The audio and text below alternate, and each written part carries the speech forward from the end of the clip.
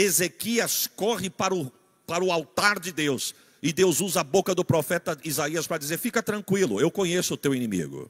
Eu conheço o levantar, eu conheço o assentar dele, eu conheço os planos e os projetos dele, eu sondo o que ele faz e as articulações dele dentro da recâmara dele, eu conheço tudo. Aí Deus fala assim: não vai jogar um dardo dentro desta terra, não vai cair uma lança dentro deste território, uma flecha não vai atingir este solo, ele não lança tranqueira dos muros para dentro, e o melhor é agora, pelo caminho que ele veio, ele vai voltar.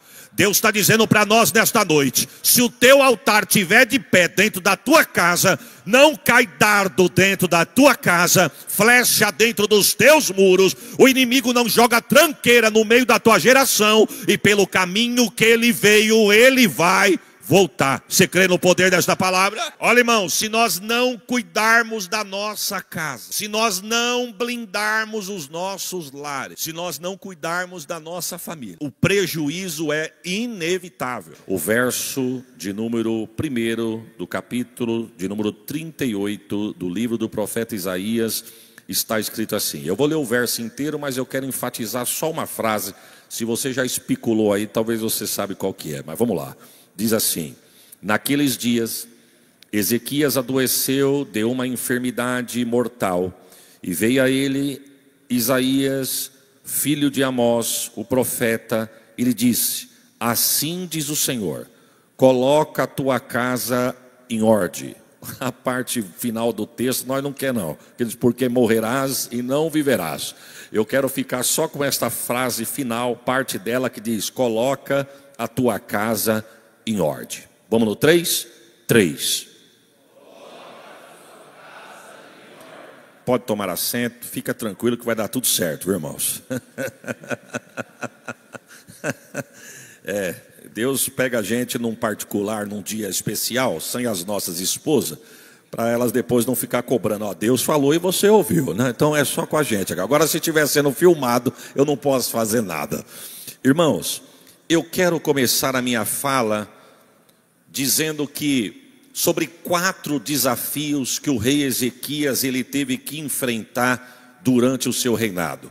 Não sei se o horário vai me permitir, mas eu quero concluir esta palavra, mas é sobre 4 desafios que Ezequias teve que enfrentar durante o seu reinado. O primeiro desafio foi o reino que ele teve que colocar em ordem no âmbito espiritual. Preste atenção que esses 4 desafios que esse homem ele enfrentou tem muito a ver conosco, porque nós não podemos ser crentes só na igreja e esquecer que somos crente em casa, ou ser crente em outro lugar e esquecer que temos que ser crente na igreja. Existe todo um envolvimento. Então é sobre essas 4 coisas que eu quero falar. Primeiro desafio foi colocar o reino espiritual em ordem, porque a Bíblia vai dizer que o reino estava bagunçado. Quando ele assume o trono, o seu pai foi Acás. Acás, a Bíblia diz que teve um título horrível. A Bíblia diz que ele fez o que parecia mal aos olhos do Senhor. E dentre as reprovações que o seu pai Acás teve, uma das tais foi fechar as portas da casa de Deus. Acás se achou dono do templo, e ele manda fechar as portas do templo, e o texto vai dizer que ele coloca a casa de Deus do jeito que ele quer. Primeiro, fecha as portas do templo, mas o rei tem os sacerdotes e os profetas. Acás diz: pode mandar embora os sacerdotes e os profetas, manda embora os sacerdotes e os levitas, porque a casa de Deus vai ficar de porta fechada.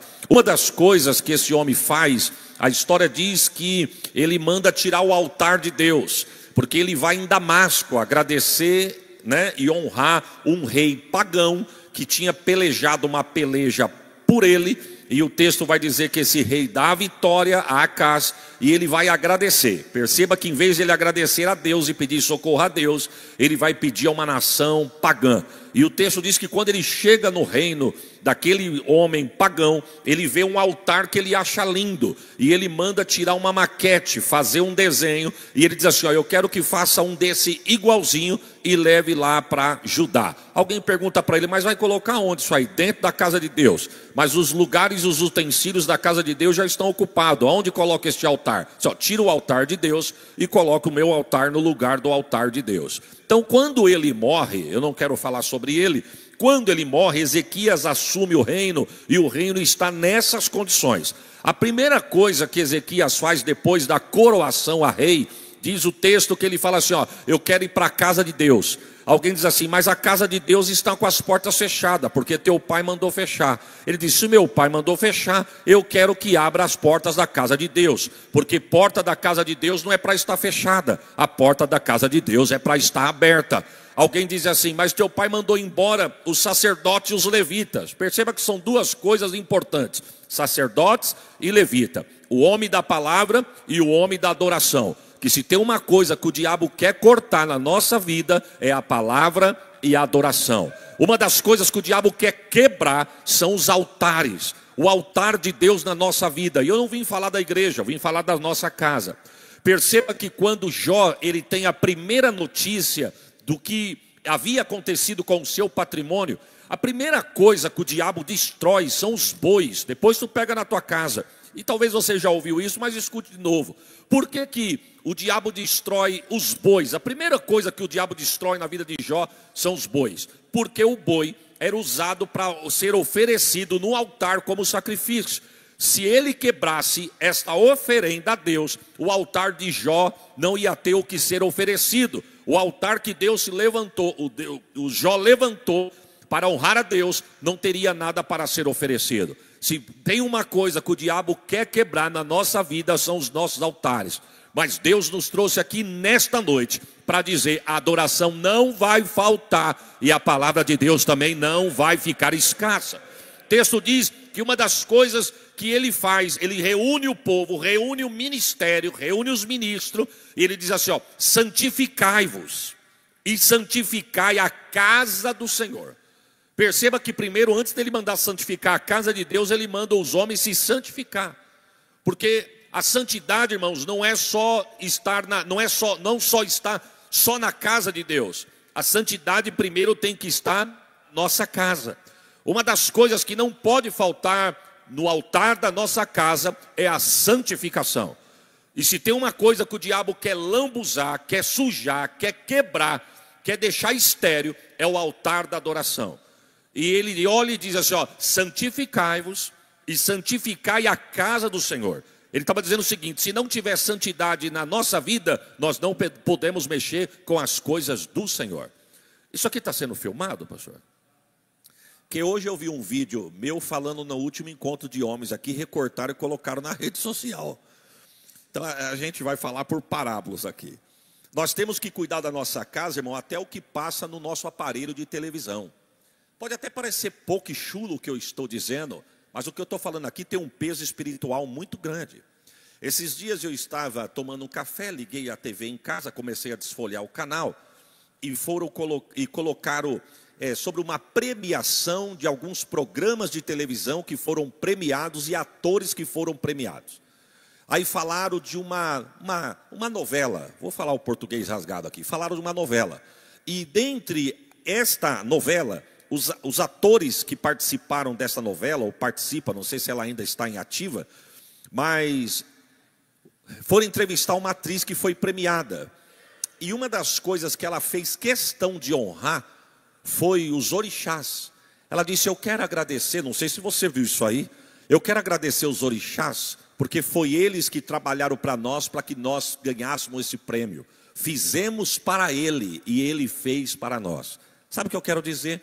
que muitas das vezes nós ligamos a nossa TV e se nós não tomarmos cuidado, nós deixamos isso aí passar na TV da nossa casa. E é uma coisa que foi consagrada a demônios e nós estamos dando legalidade para ele entrar e querer cirandar na nossa casa e no meio da nossa família. Perceba que só passa o que não presta. Eu não vim te doutrinar, mas me convidaram. Quem mandou me convidar? Você é o sacerdote da tua casa. Você é o servo que Deus levantou para tomar conta da tua família.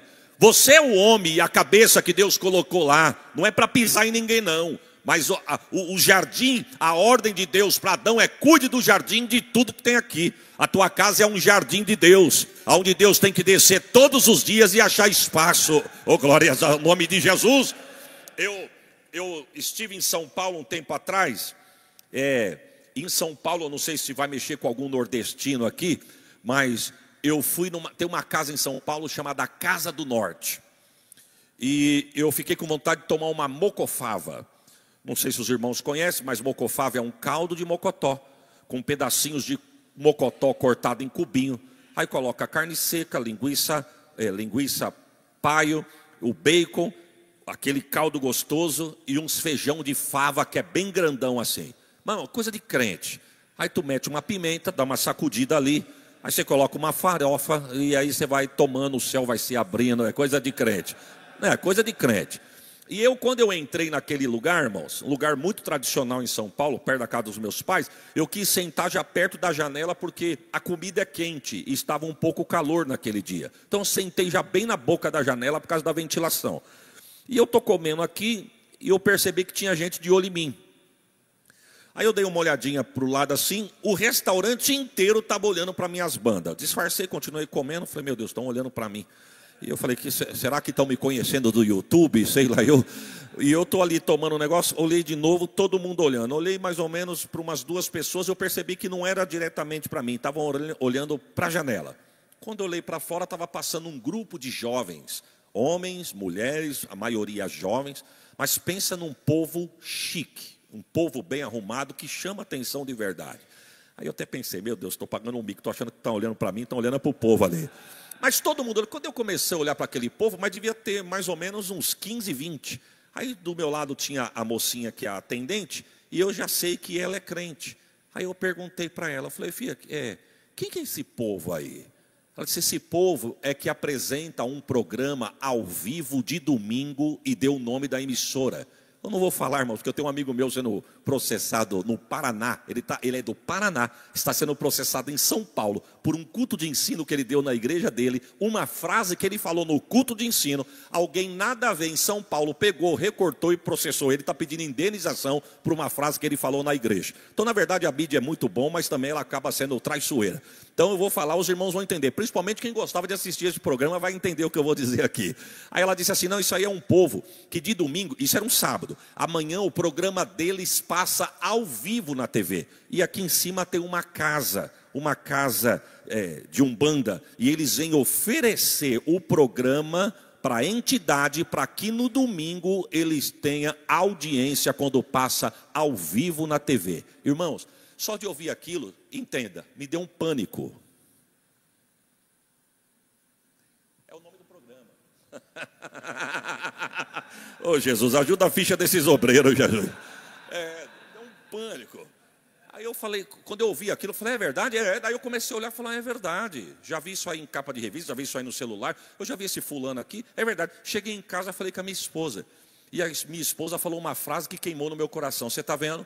Quanto crente que acaba o culto de domingo, chega em casa, liga a TV, porque contam piada, passa mulher seminua, só fazem brincadeira de duplo sentido, e muitas das vezes o crente está lá assistindo, olhando, dando risada, mas mal sabem eles que em menos de 24 horas, estava numa casa de matriz africana, fazendo um trabalho para que pudesse dar audiência no domingo e o crente assistindo. Agora o pior do que assistir, é eu abrir uma brecha para o inimigo entrar na minha casa e lutar contra a minha casa, a minha família. Mas Deus nos trouxe aqui nesta noite para não te bater, mas te confrontar e te dizer, santifica a tua casa para que haja santidade na casa do Senhor. Eu não sei se você pode dar um glória por esta palavra.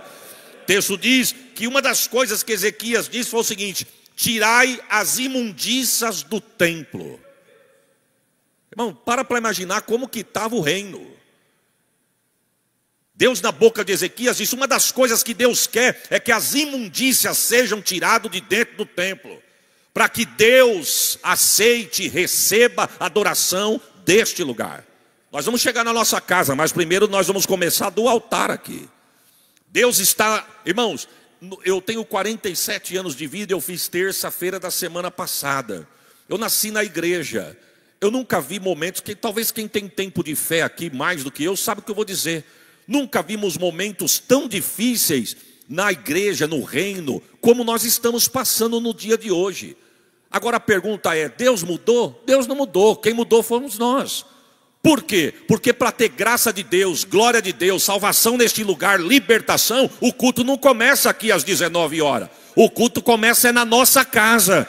Então Deus está dizendo para nós nessa noite: para ter santidade aqui, a santidade tem que começar na nossa casa. Oh, glórias a Jesus. Se nós não tomarmos cuidado, irmãos, a gente vai virar um crítico de culto. Nós viramos um crítico de culto. Eu não sei se eu já falei isso aqui, mas Noé, quando ele quis sentir que a arca, o dilúvio já tinha parado e as águas estavam baixas, o texto diz que ele solta 2 aves. Quantas aves eu disse? Ele solta um corvo e a pomba. 2 animais de natureza totalmente diferente, apesar de ser 2 aves. O texto diz que o corvo sumia no mundo, irmão. Não voltava tão cedo. A pomba voava, como não achava lugar para pousar, ela voltava para a arca. Noé, quando o corvo voltava, dava ração para a pomba e ração para o corvo. A pomba comia de forma veraz, porque ela estava com fome. O corvo não queria ração. Por quê? Porque a pomba voltava com fome para a arca, mas o corvo voltava com o papo cheio. A pomba voltava com fome e cansada, porque não tinha lugar para ela repousar os pés, e não tinha o que ela comia fora da arca. Fora da arca só tinha lixo, cadáver, o que não prestava, corpos em estado de putrefação. É tudo que o corvo gosta. A pomba não. A pomba cansava, voltava para a arca e o corvo sumia. E quando os 2 voltavam, a pomba comia o que Noé dava. Agora o corvo não queria comer porque estava com o papo cheio. A igreja é a mesma coisa, irmãos. Se nós não tomarmos cuidado, a gente chega nesse ambiente já sem fome, porque é na nossa casa que nós enche o papo do que não presta. E aí a gente chega aqui e quer criticar o culto, quer criticar que a casa não é igual, quer criticar que Deus não está aqui. Queremos criticar que o irmão não tem unção para cantar, o outro não tem para pregar. Mas Deus está dizendo: nunca, desde que as portas estejam abertas, não vai faltar mesa posta e milagre nesse lugar, se tiver santificação. Oh, glórias ao nome de Jesus. Perceba, irmão, que ele começa a exigir dos ministros, dos homens que trabalhavam no reino, 2 classes que ele começou a exigir dos ministros: o do louvor e a da palavra. Porque para Deus fazer e a palavra surgir efeito, tem que ter a santificação, e é nessas 2 áreas. Não adianta, com todo respeito, quem canta, não é esse o objetivo, mas não adianta cantar bem, mas a voz não passar do teto e não atingir o trono. Voz bonita não quer dizer nada. Voz bonita agrada ao ouvido de homem, mas nem sempre alcança o coração de Deus. Não adianta tocar bem se a minha mão não estiver santificada. Não adianta eu vir aqui rotar versículo, falar de exegese, de grego, de hebraico, de aramaico, ter um conhecimento, mas não tiver graça de Deus. Eu posso falar do texto mais conhecido que for, mas se minha vida condizer com um altar, não fica parado aqui. Atinge o alvo, o céu se abre, a glória desce e Deus visita o ambiente. Mas não é aqui que começa, começa na nossa casa. Perceba que Deus exige dos ministros a santificação para a limpeza da casa, para que Deus pudesse voltar a agir no reino. E diz o texto que quando a porta da casa de Deus é aberta, foram 16 dias de faxina. Irmãos, 16 dias de tanto lixo que o pai dele entulhou dentro do templo. Foram 8 dias para colocar no lugar o que estava fora do lugar, e mais 8 dias para colocar no lixo o que era lixo. Mas diz o texto que depois que tudo isso acontece, um grande avivamento desce em Judá. Oh, glórias a Jesus. Só que aí vem o segundo desafio, irmãos. Vou dar uma notícia, os irmãos sabem, nunca foi fácil ser crente. Para uns é status hoje. Já fomos chamados de protestantes, depois de evangélico, de gospel, enfim. Cada um chama do jeito que quiser. Mas eu vou dar uma notícia, crente nunca foi fácil. Quanto mais nós nos dedicarmos a buscarmos a Deus, mais dardos vai vir contra a nossa vida, nossa casa, e se nós não vigiarmos a nossa família.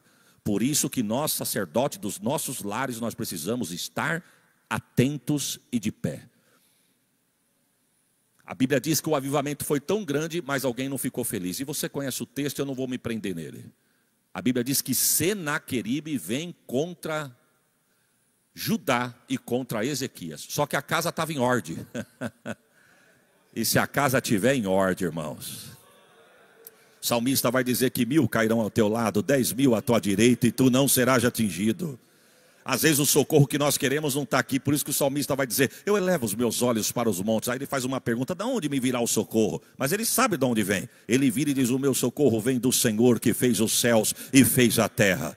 Deus é nosso refúgio e fortaleza, socorro bem presente na hora da angústia, pelo que não temeremos. Se a nossa casa estiver em ordem, tiver sangue nos umbrais das portas e sangue nos umbrais da janela, irmão, fica tranquilo. A tua casa é do Senhor, a tua vida é do Senhor, a tua família é do Senhor e o mal não vai atingir a tua casa. Você crê nisso, irmãos? O texto diz que os príncipes de Senaqueribe olharam e disseram assim, olha o que eles falaram, vamos entrar nessa terra.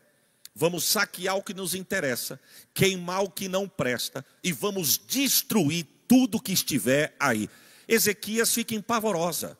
Ezequias corre para o altar de Deus. E Deus usa a boca do profeta Isaías para dizer, fica tranquilo, eu conheço o teu inimigo. Eu conheço o levantar, eu conheço o assentar dele. Eu conheço os planos e os projetos dele. Eu sondo o que ele faz e as articulações dele dentro da recâmara dele. Eu conheço tudo. Aí Deus fala assim, não vai jogar um dardo dentro desta terra, não vai cair uma lança dentro deste território, uma flecha não vai atingir este solo, ele não lança a tranqueira dos muros para dentro, e o melhor é agora, pelo caminho que ele veio, ele vai voltar. Deus está dizendo para nós nesta noite, se o teu altar estiver de pé dentro da tua casa, não cai dardo dentro da tua casa, flecha dentro dos teus muros.